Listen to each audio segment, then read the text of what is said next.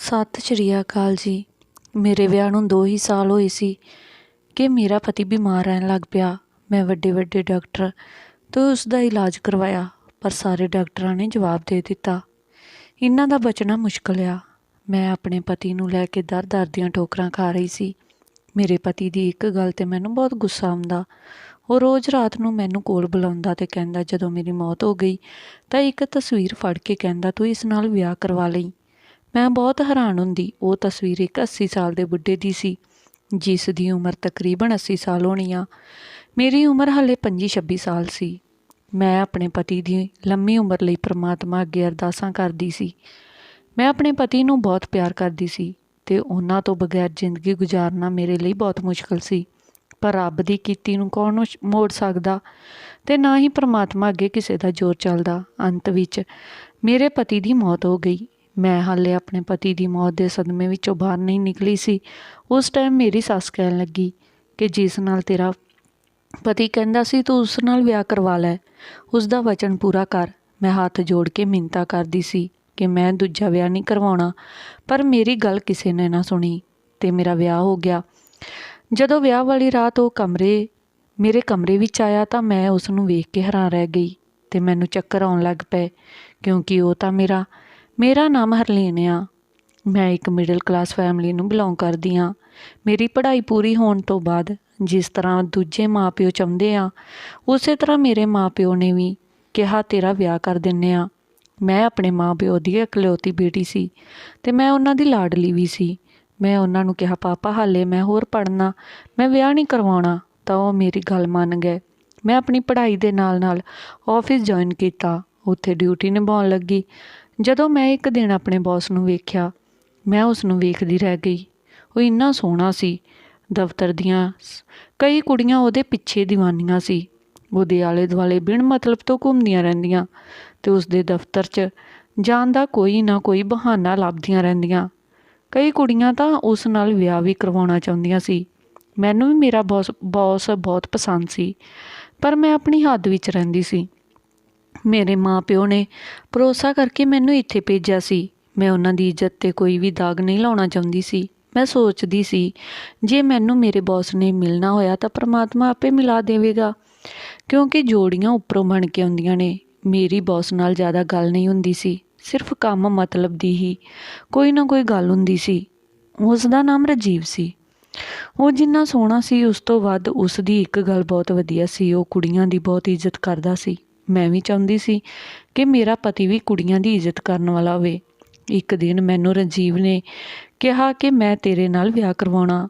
ਮੈਂ ਤਾਂ ਪਹਿਲਾਂ ਹੀ ਤਿਆਰ ਬੈਠੀ ਸੀ, ਪਰ ਮੈਂ ਆਪਣੇ ਦਿਲ ਦੇ ਜਜ਼ਬਾਤਾਂ ਨੂੰ ਕੰਟਰੋਲ ਵਿੱਚ ਕਰਕੇ ਰੱਖਿਆ ਸੀ ਕਿ ਮੈਂ ਆਪਣੇ ਮਾਂ ਪਿਓ ਦੀ ਮਰਜ਼ੀ ਤੋਂ ਬਿਨਾਂ ਵਿਆਹ ਨਹੀਂ ਕਰਵਾ ਸਕਦੀ। ਜੇ ਉਹ ਵਿਆਹ ਕਰਨ ਨੂੰ ਰਾਜ਼ੀ ਹੋਏ ਤਾਂ ਮੈਂ ਤੁਹਾਡੇ ਨਾਲ ਵਿਆਹ ਕਰਵਾ ਲਵਾਂਗੀ। ਇਸ ਗੱਲ 'ਤੇ ਰਾਜੀਵ ਨੇ ਵੀ ਕਿਹਾ ਕਿ ਤੂੰ ਆਪਣੇ ਮਾਂ-ਬਾਪ ਨਾਲ ਗੱਲ ਕਰ ਲਾ, ਉਸ ਤੋਂ ਬਾਅਦ ਮੈਨੂੰ ਆਪਣਾ ਫੈਸਲਾ ਦੱਸ ਦੇਵੀਂ। ਮੈਂ ਆਪਣੇ ਘਰ ਆ ਕੇ ਮਾਤਾ ਪਿਤਾ ਨਾਲ ਰਾਜੀਵ ਬਾਰੇ ਗੱਲ ਕੀਤੀ ਤਾਂ ਉਹਨਾਂ ਨੂੰ ਦੱਸਿਆ, ਬਹੁਤ ਵਧੀਆ ਇਨਸਾਨ ਨੇ। ਮੇਰੇ ਮਾਂ ਪਿਓ ਵਿਆਹ ਦੇ ਲਈ ਝੱਟ ਮੰਨ ਗਏ। ਤਾਂ ਮੈਂ ਰਾਜੀਵ ਨੂੰ ਇਹ ਗੱਲ ਫੋਨ 'ਤੇ ਦੱਸ ਦਿੱਤੀ ਕਿ ਮੇਰੇ ਮਾਂ ਪਿਓ ਵਿਆਹ ਲਈ ਮੰਨ ਗਏ ਨੇ। ਪਰ ਮੁਸੀਬਤ ਉਸ ਟਾਈਮ ਆਈ ਜਦੋਂ ਰਾਜੀਵ ਨੇ ਕਿਹਾ ਕਿ ਉਸਦੇ ਪਿਤਾ ਵਿਆਹ ਲਈ ਨਹੀਂ ਮੰਨ ਰਹੇ। ਮੈਨੂੰ ਹੈਰਾਨੀ ਸੀ ਕਿ ਰਾਜੀਵ ਤਾਂ ਹਮੇਸ਼ਾ ਉਹਨਾਂ ਦੀਆਂ ਗੱਲਾਂ ਕਰਦਾ ਸੀ ਕਿ ਮੇਰੇ ਮਾਂ ਪਿਓ ਮੇਰੀ ਖੁਸ਼ੀ ਲਈ ਕੁਝ ਵੀ ਕਰ ਸਕਦੇ ਨੇ। ਬਾਅਦ ਵਿੱਚ ਪਤਾ ਲੱਗਿਆ ਕਿ ਉਹਨਾਂ ਦੇ ਪਾਪਾ ਨੇ ਕਿਸੇ ਹੋਰ ਥਾਂ ਇਹਨਾਂ ਦਾ ਰਿਸ਼ਤਾ ਦੇਖਿਆ ਹੋਇਆ ਸੀ, ਤਾਂ ਕਰਕੇ ਉਹ ਇਸ ਰਿਸ਼ਤੇ ਲਈ ਨਹੀਂ ਮੰਨ ਰਹੇ ਸੀ।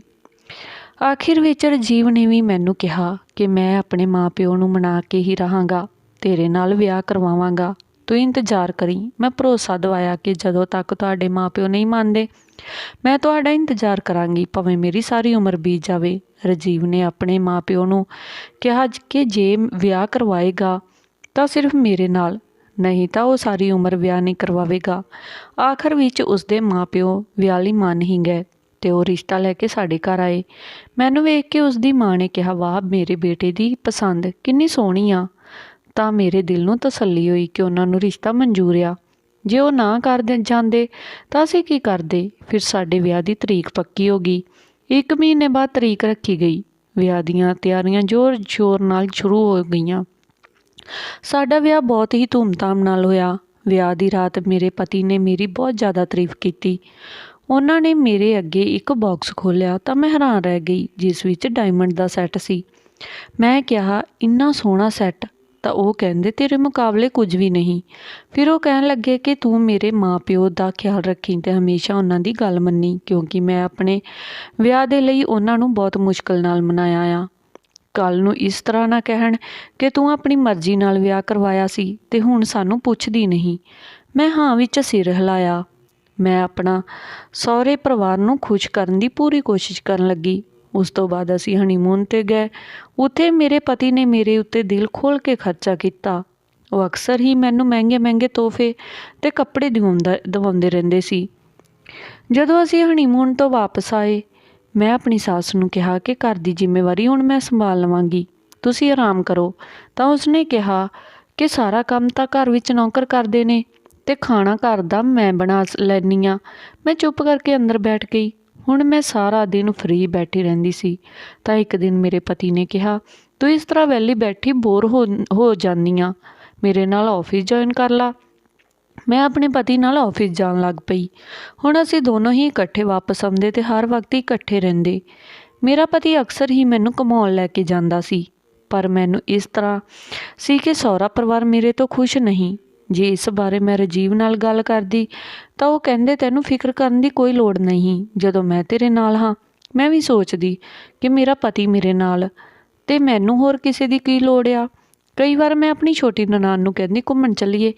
ਮੇਰੀ ਸੱਸ ਉਸ ਟਾਈਮ ਰੋਕ ਲੈਂਦੀ, ਤੇਰਾ ਹਾਲੇ ਹੁਣ ਵਿਆਹ ਹੋਇਆ, ਤੂੰ ਆਪਣੇ ਪਤੀ ਨਾਲ ਜਾ, ਕੋਈ ਜ਼ਰੂਰਤ ਨਹੀਂ। ਤਾਂ ਮੈਨੂੰ ਬਹੁਤ ਅਜੀਬ ਲੱਗਦਾ, ਪਰ ਮੈਂ ਇਸ ਗੱਲ ਨੂੰ ਇਗਨੋਰ ਕਰ ਦਿੰਦੀ, ਕਿਉਂਕਿ ਛੋਟੀ ਗੱਲ ਨਾਲ ਵੱਡੀ ਲੜਾਈ ਬਣ ਜਾਂਦੀ ਆ। ਮੇਰੀ ਜ਼ਿੰਦਗੀ ਬਹੁਤ ਖੁਸ਼ੀ ਲੰਘ ਰਹੀ ਸੀ। ਮੈਂ ਆਪਣੇ ਪਤੀ ਨਾਲ ਅਤੇ ਪਤੀ ਮੇਰੇ ਨਾਲ ਬਹੁਤ ਖੁਸ਼ ਸੀ, ਪਰ ਮੇਰੀਆਂ ਖੁਸ਼ੀਆਂ ਜ਼ਿਆਦਾ ਟਾਈਮ ਤੱਕ ਰੱਬ ਨੂੰ ਬਰਦਾਸ਼ਤ ਨਾ ਹੋਈਆਂ। ਅਤੇ ਇੱਕ ਦਿਨ ਮੇਰੇ ਪਤੀ ਦੀ ਹਾਲਤ ਖਰਾਬ ਹੋ ਗਈ ਅਤੇ ਮੇਰਾ ਸਹੁਰਾ ਉਸ ਨੂੰ ਜਲਦੀ ਨਾਲ ਹਸਪਤਾਲ ਲੈ ਗਿਆ। ਮੈਨੂੰ ਸਮਝ ਨਹੀਂ ਆ ਰਿਹਾ ਸੀ ਕਿ ਇਹਨਾਂ ਨੂੰ ਕੀ ਹੋ ਗਿਆ। ਜੇ ਮੈਂ ਆਇਆਂ ਨੂੰ ਪੁੱਛਦੀ ਤਾਂ ਉਹ ਕਹਿੰਦੇ ਰਿਪੋਰਟ ਕੱਲ੍ਹ ਨੂੰ ਆਊਗੀ। ਫਿਰ ਮੈਂ ਸਵੇਰੇ ਜਦੋਂ ਉਹ ਵਾਪਸ ਆਏ ਤਾਂ ਮੈਂ ਪੁੱਛਿਆ, ਰਿਪੋਰਟ ਕਿੱਥੇ ਆ? ਤਾਂ ਉਹ ਕਹਿੰਦੇ ਪਿੱਛੇ ਪਾਪਾ ਲੈ ਕੇ ਆਉਂਦੇ ਹੋਣਗੇ। ਮੇਰੇ ਪਤੀ ਦੀ ਸਿਹਤ ਅਕਸਰ ਖਰਾਬ ਰਹਿੰਦੀ ਅਤੇ ਉਹਨਾਂ ਨੂੰ ਹਸਪਤਾਲ ਵੀ ਮੇਰੇ ਸਹੁਰਾ ਸਾਹਿਬ ਲੈ ਕੇ ਜਾਂਦੇ। ਜੇ ਮੈਂ ਰਿਪੋਰਟ ਦਾ ਪੁੱਛਦੀ ਤਾਂ ਕੋਈ ਨਾ ਕੋਈ ਬਹਾਨਾ ਬਣਾ ਕੇ ਟਾਲ ਦਿੰਦੇ। ਮੈਨੂੰ ਇਹ ਨਹੀਂ ਪਤਾ ਲੱਗ ਰਿਹਾ ਸੀ ਕਿ ਅਕਸਰ ਬਿਮਾਰੀ ਕੀ ਆ। ਇੱਕ ਦਿਨ ਮੇਰੇ ਪਤੀ ਨੇ ਰਾਤ ਦੇ ਟਾਈਮ ਮੈਨੂੰ ਆਪਣੇ ਕੋਲ ਸੱਦਿਆ ਅਤੇ ਕਿਹਾ ਕਿ ਹੁਣ ਮੈਨੂੰ ਮੇਰੀ ਜ਼ਿੰਦਗੀ ਦਾ ਕੋਈ ਭਰੋਸਾ ਨਹੀਂ, ਕਦੋਂ ਖਤਮ ਹੋ ਜਾਵੇ। ਉਹਨਾਂ ਨੇ ਆਪਣੀ ਜੇਬ ਵਿੱਚੋਂ ਇੱਕ ਫੋਟੋ ਕੱਢੀ ਅਤੇ ਮੈਨੂੰ ਕਹਿੰਦੇ, ਮੈਂ ਚਾਹੁੰਦਾ ਹਾਂ ਕਿ ਮੇਰੇ ਮਰਨ ਤੋਂ ਬਾਅਦ ਤੂੰ ਦੂਸਰਾ ਵਿਆਹ ਕਰਵਾ ਲਈ। ਅਤੇ ਉਹ ਫੋਟੋ ਮੇਰੇ ਅੱਗੇ ਕਰ ਦਿੱਤੀ, ਇਸ ਆਦਮੀ ਨਾਲ ਵਿਆਹ ਕਰਵਾ ਲਈ। ਉਹ ਫੋਟੋ ਵੇਖ ਕੇ ਮੇਰੀ ਹੈਰਾਨੀ ਦੀ ਹੱਦ ਨਾ ਰਹੀ। ਉਹ ਇਨਸਾਨ ਕੋਈ 80 ਸਾਲ ਦਾ ਹੋਣਾ। ਮੈਂ ਫੋਟੋ 'ਤੇ ਧਿਆਨ ਨਾ ਦਿੱਤਾ। ਮੈਂ ਪਰਮਾਤਮਾ ਅੱਗੇ ਅਰਦਾਸ ਕਰਦੀ ਕਿ ਮੇਰਾ ਪਤੀ ਛੇਤੀ ਠੀਕ ਹੋ ਜਾਵੇ। ਫਿਰ ਕੁਝ ਦਿਨਾਂ ਬਾਅਦ ਮੇਰੇ ਪਤੀ ਦੀ ਹਾਲਤ ਕੁਝ ਠੀਕ ਹੋਈ ਤਾਂ ਉਹਨਾਂ ਨੇ ਕਿਹਾ ਮੈਂ ਆਫਿਸ ਜਾਣਾ। ਉਹਨਾਂ ਨੂੰ ਬਹੁਤ ਰੋਕਿਆ, ਉਹ ਨਾ ਮੰਨੇ, ਆਫਿਸ ਚਲੇ ਗਏ। ਆਫਿਸ ਵਿੱਚੋਂ ਫੋਨ ਆਇਆ ਕਿ ਮੇਰੇ ਪਤੀ ਦੀ ਹਾਲਤ ਜ਼ਿਆਦਾ ਹੀ ਖਰਾਬ ਹੋ ਗਈ ਆ ਅਤੇ ਉਹਨਾਂ ਨੂੰ ਹਸਪਤਾਲ ਲਿਜਾਇਆ ਗਿਆ। ਮੈਂ ਜਲਦੀ ਹਸਪਤਾਲ ਪਹੁੰਚੀ ਤਾਂ ਜਦੋਂ ਮੈਂ ਕੋਲ ਪਹੁੰਚੀ ਤਾਂ ਮੇਰੇ ਪਤੀ ਕਹਿਣ ਲੱਗੇ, ਮੇਰਾ ਟਾਈਮ ਆ ਗਿਆ, ਮੇਰੀ ਗੱਲ ਯਾਦ ਰੱਖਣਾ। ਇਹ ਕਹਿ ਕੇ ਉਹਨਾਂ ਨੇ ਮੇਰੇ ਬਾਹਾਂ ਵਿੱਚ ਆਪਣਾ ਦਮ ਤੋੜ ਦਿੱਤਾ। ਮੈਂ ਤਾਂ ਪੱਥਰ ਦੀ ਮੂਰਤ ਬਣ ਗਈ ਸੀ। ਮੇਰੀ ਤਾਂ ਜ਼ਿੰਦਗੀ ਉਜੜ ਗਈ ਸੀ। ਉਹਨਾਂ ਦੀ ਮੌਤ ਨੂੰ 5 ਦਿਨ ਹੀ ਹੋਏ ਸੀ। ਮੇਰੇ ਮਾਂ-ਪਿਓ ਮੈਨੂੰ ਲੈਣ ਲਈ ਆਏ। ਮੈਂ ਉਹਨਾਂ ਨਾਲ ਵਾਪਸ ਜਾਣਾ ਚਾਹੁੰਦੀ ਸੀ, ਪਰ ਮੇਰੀ ਸੱਸ ਕਹਿਣ ਲੱਗੀ ਕਿ ਇਹ ਹੁਣ ਸਾਡੀ ਜ਼ਿੰਮੇਵਾਰੀ ਆ ਅਤੇ ਇਸ ਘਰ ਦੀ ਬੇਟੀ ਆ, ਮੈਂ ਆਪਣੇ ਕੋਲ ਰੱਖਾਂਗੀ। ਮੇਰੀ ਸੱਸ ਕਹਿਣ ਲੱਗੀ ਕਿ ਮੈਂ ਆਪਣੇ ਪੁੱਤ ਦੀ ਆਖਰੀ ਇੱਛਾ ਪੂਰੀ ਕਰਨੀ ਚਾਹੁੰਦੀ ਹਾਂ। ਮੈਂ ਉਹਨਾਂ ਨੂੰ ਕਿਹਾ ਕਿ ਮੈਂ ਵਿਆਹ ਨਹੀਂ ਕਰਵਾਉਣਾ। ਮੈਂ ਸਾਰਾ ਦਿਨ ਕਮਰੇ ਵਿੱਚ ਬੈਠੀ ਰਹਿੰਦੀ ਸੀ ਅਤੇ ਮੈਨੂੰ ਤਾਂ ਆਪਣੀ ਸੁੱਧ ਬੁੱਧ ਵੀ ਨਹੀਂ ਸੀ। ਮੇਰੀ ਕਿਸੇ ਨੇ ਗੱਲ ਨਾ ਸੁਣੀ। ਉਹਨਾਂ ਨੇ ਮੇਰਾ ਵਿਆਹ ਉਸ ਬੁੱਢੇ ਆਦਮੀ ਨਾਲ ਕਰ ਦਿੱਤਾ। ਲੋਕ ਤਰ੍ਹਾਂ ਦੀਆਂ ਗੱਲਾਂ ਕਰ ਰਹੇ ਸੀ ਕਿ ਕਿੱਡੀ ਬੇਸ਼ਰਮ ਔਰਤ ਆ, ਪਤੀ ਮਰੇ ਨੂੰ ਹਲੇ ਹਫ਼ਤਾ ਨਹੀਂ ਹੋਇਆ ਅਤੇ ਦੂਜਾ ਵਿਆਹ ਵੀ ਕਰਵਾ ਲਿਆ। ਫਿਰ ਮੇਰੀ ਨਨਾਣ ਮੈਨੂੰ ਕਮਰੇ ਵਿੱਚ ਛੱਡ ਗਈ। ਜਦੋਂ ਮੇਰਾ ਪਤੀ ਕਮਰੇ ਵਿੱਚ ਆਇਆ ਤਾਂ ਉਸ ਨੂੰ ਵੇਖ ਕੇ ਮੈਂ ਬੈੱਡ ਤੋਂ ਉੱਠੀ। ਉਹ ਕੋਈ ਹੋਰ ਨਹੀਂ, ਮੇਰਾ ਸਹੁਰਾ ਸੀ। ਮੈਂ ਉਸ ਨੂੰ ਕਿਹਾ, ਤੁਸੀਂ ਇੱਥੇ ਕੀ ਕਰਦੇ ਹੋ? ਤਾਂ ਉਸ ਨੇ ਕਿਹਾ, ਤੇਰਾ ਦੂਜਾ ਵਿਆਹ ਮੇਰੇ ਨਾਲ ਹੋਇਆ। ਮੈਂ ਉਸਨੂੰ ਕਿਹਾ, ਮੈਂ ਤੁਹਾਨੂੰ ਆਪਣੇ ਪਿਓ ਦੀ ਨਜ਼ਰ ਨਾਲ ਵੇਖਦੀ ਹਾਂ, ਤੁਹਾਨੂੰ ਆਪਣਾ ਪਤੀ ਨਹੀਂ ਮੰਨਦੀ। ਉਹ ਕਹਿਣ ਲੱਗੇ, ਅਸੀਂ ਤਾਂ ਆਪਣੇ ਪੁੱਤ ਦੀ ਇੱਛਾ ਪੂਰੀ ਕਰ ਰਹੇ ਹਾਂ। ਮੈਂ ਰੌਲਾ ਪਾਉਣ ਲੱਗ ਪਈ ਤਾਂ ਮੇਰੀ ਸੱਸ ਮੇਰਾ ਰੌਲਾ ਸੁਣ ਕੇ ਸਾਡੇ ਕਮਰੇ ਵਿੱਚ ਆ ਗਈ। ਮੈਨੂੰ ਦੇਖ ਕੇ ਬੋਲਣ ਲੱਗ ਪਈ ਕਿ ਤੂੰ ਆਪਣੇ ਪਤੀ ਦੀ ਇੱਛਾ ਨਹੀਂ ਮੰਨ ਸਕਦੀ। ਮੈਂ ਕਿੱਡਾ ਵੱਡਾ ਜਿਗਰਾ ਕਰਕੇ ਆਪਣਾ ਪਤੀ ਤੈਨੂੰ ਦਿੱਤਾ। ਮੈਂ ਉਹਨਾਂ ਨੂੰ ਕਿਹਾ, ਮੈਨੂੰ ਕੁਝ ਨਹੀਂ ਪਤਾ, ਹੁਣ ਮੇਰੇ ਕਮਰੇ ਵਿੱਚੋਂ ਨਿਕਲ ਜਾ। ਮੇਰੀ ਸੱਸ ਕਹਿਣ ਲੱਗੀ, ਤੂੰ ਰੌਲਾ ਨਾ ਪਾ, ਅਸੀਂ ਹੁਣੇ ਹੀ ਇਸ ਕਮਰੇ ਵਿੱਚ ਚਲੇ ਜਾਂਦੇ ਹਾਂ। ਮੈਨੂੰ ਸਮਝ ਨਹੀਂ ਆ ਰਹੀ ਸੀ ਕਿ ਮੇਰੇ ਪਤੀ ਨੇ ਇਹ ਗੱਲ ਕਿਉਂ ਕਹੀ। ਮੇਰੀ ਸੱਸ ਨੂੰ ਮੇਰੀ ਸੌਂਕਣ ਬਣਾ ਦਿੱਤਾ। ਮੈਂ ਸਾਰਾ ਦਿਨ ਕਮਰੇ ਵਿੱਚ ਬੈਠੀ ਰਹਿੰਦੀ। ਇੱਕ ਨੌਕਰਾਣੀ ਮੈਨੂੰ ਰੋਟੀ ਦੇ ਜਾਂਦੀ ਅਤੇ ਉਹ ਮੈਂ ਖਾ ਲੈਂਦੀ। ਮੈਨੂੰ ਮੇਰੀ ਜ਼ਿੰਦਗੀ ਦੀ ਸਮਝ ਨਹੀਂ ਆ ਰਹੀ ਸੀ। ਹੁਣ ਮੇਰਾ ਪਤੀ ਜਦੋਂ ਕਮਰੇ ਵਿੱਚ ਆਉਂਦਾ ਤਾਂ ਸਾਡਾ ਰੌਲਾ ਸ਼ੁਰੂ ਹੋ ਜਾਂਦਾ। ਮੇਰੀ ਸੱਸ ਕਹਿਣ ਲੱਗੀ, ਕਿੰਨੀ ਬੇਸ਼ਰਮ ਆ ਤੂੰ, ਆਪਣੇ ਪਤੀ ਦਾ ਕਹਿਣਾ ਨਹੀਂ ਮੰਨਦੀ। ਮੈਂ ਉਸ ਨੂੰ ਕਿਹਾ ਕਿ ਸ਼ਰਮ ਕਰ, ਮੈਂ ਤੇਰੇ ਪੁੱਤ ਦੀ ਘਰਵਾਲੀ ਹਾਂ, ਤੇਰੀਆਂ ਧੀਆਂ ਵਰਗੀਆਂ।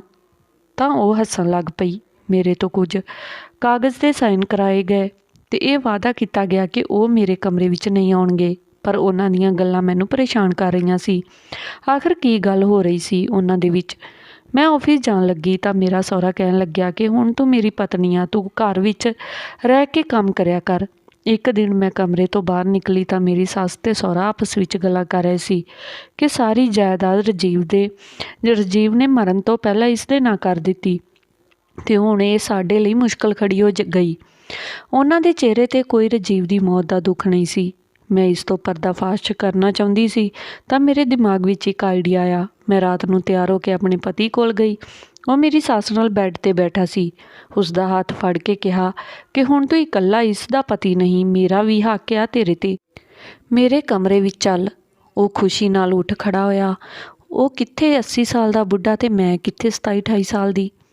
ਮੈਂ ਅਤੇ ਮੇਰਾ ਪਤੀ ਜਦੋਂ ਮੇਰੇ ਕਮਰੇ ਵਿੱਚ ਆਏ ਤਾਂ ਮੈਂ ਉਸ ਨੂੰ ਆਪਣੇ ਪਿਆਰ ਦਾ ਵਾਸਤਾ ਦਿੰਦੇ ਹੋਏ ਕਿਹਾ ਕਿ ਇਸ ਬੁੱਢੀ ਨੂੰ ਘਰੋਂ ਕੱਢ ਦੇ, ਫਿਰ ਮੈਂ ਸਾਰੀ ਜਾਇਦਾਦ ਤੇਰੇ ਨਾਮ ਕਰ ਦੇਵਾਂਗੀ, ਤੇਰੀ ਪਤਨੀ ਬਣ ਕੇ ਰਹਾਂਗੀ।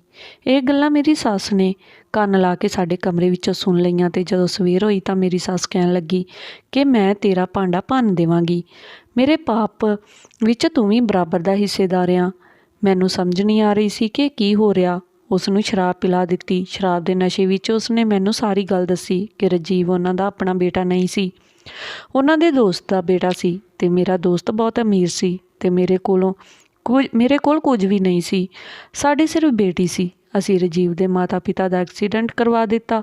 ਸਾਰੀ ਜਾਇਦਾਦ ਰਜੀਵ ਦੇ ਨਾਮ ਹੋ ਗਈ। ਅਦਾਲਤ ਨੇ ਸਾਨੂੰ ਇਹ ਆਰਡਰ ਦਿੱਤੇ ਕਿ ਜਿੰਨਾ ਟਾਈਮ ਰਜੀਵ 18 ਸਾਲਾਂ ਦਾ ਨਹੀਂ ਹੋ ਜਾਂਦਾ ਉਨਾ ਟਾਈਮ ਤੁਸੀਂ ਉਸ ਪ੍ਰਾਪਰਟੀ 'ਤੇ ਰਜੀਵ ਦੀ ਦੇਖਭਾਲ ਕਰਨੀ ਹੈ। ਜਦੋਂ ਰਜੀਵ ਵੱਡਾ ਹੋ ਗਿਆ ਤਾਂ ਉਸਨੇ ਕਾਰੋਬਾਰ ਹੋਰ ਵਧਾ ਲਿਆ। ਅਸੀਂ ਆਪਣੀ ਕੁੜੀ ਦਾ ਵਿਆਹ ਉਸ ਨਾਲ ਕਰਨਾ ਚਾਹੁੰਦੇ ਸੀ ਪਰ ਉਸਨੇ ਦੱਸਿਆ ਕਿ ਉਹ ਹੋਰ ਕੁੜੀ ਨੂੰ ਪਸੰਦ ਕਰਦਾ। ਸਾਡੇ ਹੱਥੋਂ ਫਿਰ ਜਾਇਦਾਦ ਚਲੀ ਗਈ ਤਾਂ ਅਸੀਂ ਨਾ ਚਾਹੁੰਦੇ ਹੋਏ ਵੀ ਵਿਆਹ ਲਈ ਮੰਨ ਗਏ। ਹੁਣ ਅਸੀਂ ਰਜੀਵ ਦੇ ਖਾਣੇ ਵਿੱਚ ਇੱਦਾਂ ਦੀ ਚੀਜ਼ ਮਿਲਾ ਰਹੇ ਸੀ ਜਿਸ ਨਾਲ ਉਸ ਦੀ ਤਬੀਅਤ ਹੌਲੀ-ਹੌਲੀ ਕਰਕੇ ਖਰਾਬ ਰਹਿਣ ਲੱਗੀ। ਉਸ ਨੂੰ ਡਾਕਟਰ ਕੋਲ ਵੀ ਲੈ ਕੇ ਜਾਂਦੇ ਤਾਂ ਰਿਪੋਰਟਾਂ ਵਿੱਚ ਵੀ ਇਹ ਜ਼ਾਹਿਰ ਹੀ ਆਇਆ ਸੀ, ਪਰ ਮੈਂ ਡਾਕਟਰ ਨੂੰ ਪੈਸੇ ਦੇ ਕੇ ਉਸ ਦਾ ਮੂੰਹ ਬੰਦ ਕਰਵਾ ਦਿੱਤਾ ਸੀ। ਜਦੋਂ ਰਜੀਵ ਨੇ ਪੁੱਛਿਆ ਤਾਂ ਉਸ ਨੂੰ ਦੱਸਿਆ ਕਿ ਉਸ ਨੂੰ ਬਲੱਡ ਕੈਂਸਰ ਹੈ। ਉਹ ਤੈਨੂੰ ਦੁਖੀ ਨਹੀਂ ਦੇਖ ਸਕਦਾ ਸੀ। ਉਸਨੇ ਕਿਹਾ ਕਿ ਇਹ ਗੱਲ ਮੇਰੀ ਪਤਨੀ ਨੂੰ ਨਾ ਦੱਸੀ ਜਾਵੇ। ਉਸਨੇ ਆਪਣੇ ਸਾਰੇ ਆਫਿਸ ਤੇ ਸਾਰੀ ਜਾਇਦਾਦ, ਘਰ-ਬਾਰ ਸਭ ਕੁਝ ਤੇਰੇ ਨਾਮ ਕਰ ਦਿੱਤਾ। ਸਾਨੂੰ ਬਹੁਤ ਦੁੱਖ ਹੋਇਆ ਕਿਉਂਕਿ ਜ਼ਮੀਨ ਜਾਇਦਾਦ ਸਾਡੇ ਹੱਥੋਂ ਚਲੀ ਗਈ ਸੀ। ਉਸ ਦਿਨ ਉਸ ਨੂੰ ਜ਼ਿਆਦਾ ਜ਼ਹਿਰ ਦੇ ਦਿੱਤਾ ਜਿਸ ਨਾਲ ਉਸ ਦੀ ਮੌਤ ਹੋ ਗਈ। ਮੇਰਾ ਤੇਰੇ ਨਾਲ ਵਿਆਹ ਲਈ ਵੀ ਤੇਰੀ ਸੱਸ ਨੇ ਰਜੀਵ ਨੂੰ ਮਾਨਸਿਕ ਦਬਾਅ ਪਾ ਕੇ ਮਸਾਂ ਹੀ ਮਨਾਇਆ ਸੀ ਅਤੇ ਹੁਣ ਅਸੀਂ ਤੇਰੇ ਖਾਣੇ ਵਿੱਚ ਵੀ ਜ਼ਹਿਰ ਪਾ ਕੇ ਤੈਨੂੰ ਮਾਰਨ ਦੀ ਕੋਸ਼ਿਸ਼ ਕਰ ਰਹੇ ਹਾਂ। ਮੈਂ ਇਹ ਸਾਰੀਆਂ ਗੱਲਾਂ ਰਿਕਾਰਡ ਕਰ ਲਈਆਂ ਅਤੇ ਪੁਲਿਸ ਨੂੰ ਦਿਖਾ ਦਿੱਤੀਆਂ। ਪੁਲਿਸ ਨੇ ਉਹਨਾਂ ਨੂੰ ਅਰੈਸਟ ਕਰ ਲਿਆ ਅਤੇ ਹੁਣ ਅਦਾਲਤ ਵਿੱਚ ਕੇਸ ਚੱਲ ਰਿਹਾ ਹੈ। ਮਨੁੱਖ ਨੂੰ ਲਾਲਚ ਇਸ ਕਦਰ ਅੰਨਾ ਕਰ ਦਿੰਦਾ ਹੈ ਕਿ ਉਸ ਨੂੰ ਚੰਗੇ ਅਤੇ ਮਾੜੇ ਦਾ ਪਤਾ ਨਹੀਂ ਰਹਿੰਦਾ। ਜੇ ਰਜੀਵ ਨੂੰ ਸਿੱਧਾ ਕਹਿ ਦਿੰਦੇ ਤਾਂ ਸ਼ਾਇਦ ਉਸਨੇ ਸਾਰੀ ਜ਼ਮੀਨ ਜਾਇਦਾਦ ਇਹਨਾਂ ਨੂੰ ਦੇ ਦੇਣੀ ਸੀ, ਪਰ ਹੁਣ ਕੁਝ ਨਹੀਂ ਹੋ ਸਕਦਾ ਸੀ। ਮੇਰੇ ਕੋਲੋਂ ਰਜੀਵ ਹਮੇਸ਼ਾ ਲਈ ਦੂਰ ਹੋ ਗਿਆ ਸੀ, ਪਰ ਉਸ ਦੀ ਨਿਸ਼ਾਨੀ ਮੇਰੇ ਪੇਟ ਵਿੱਚ ਪਲ ਰਹੀ ਆ।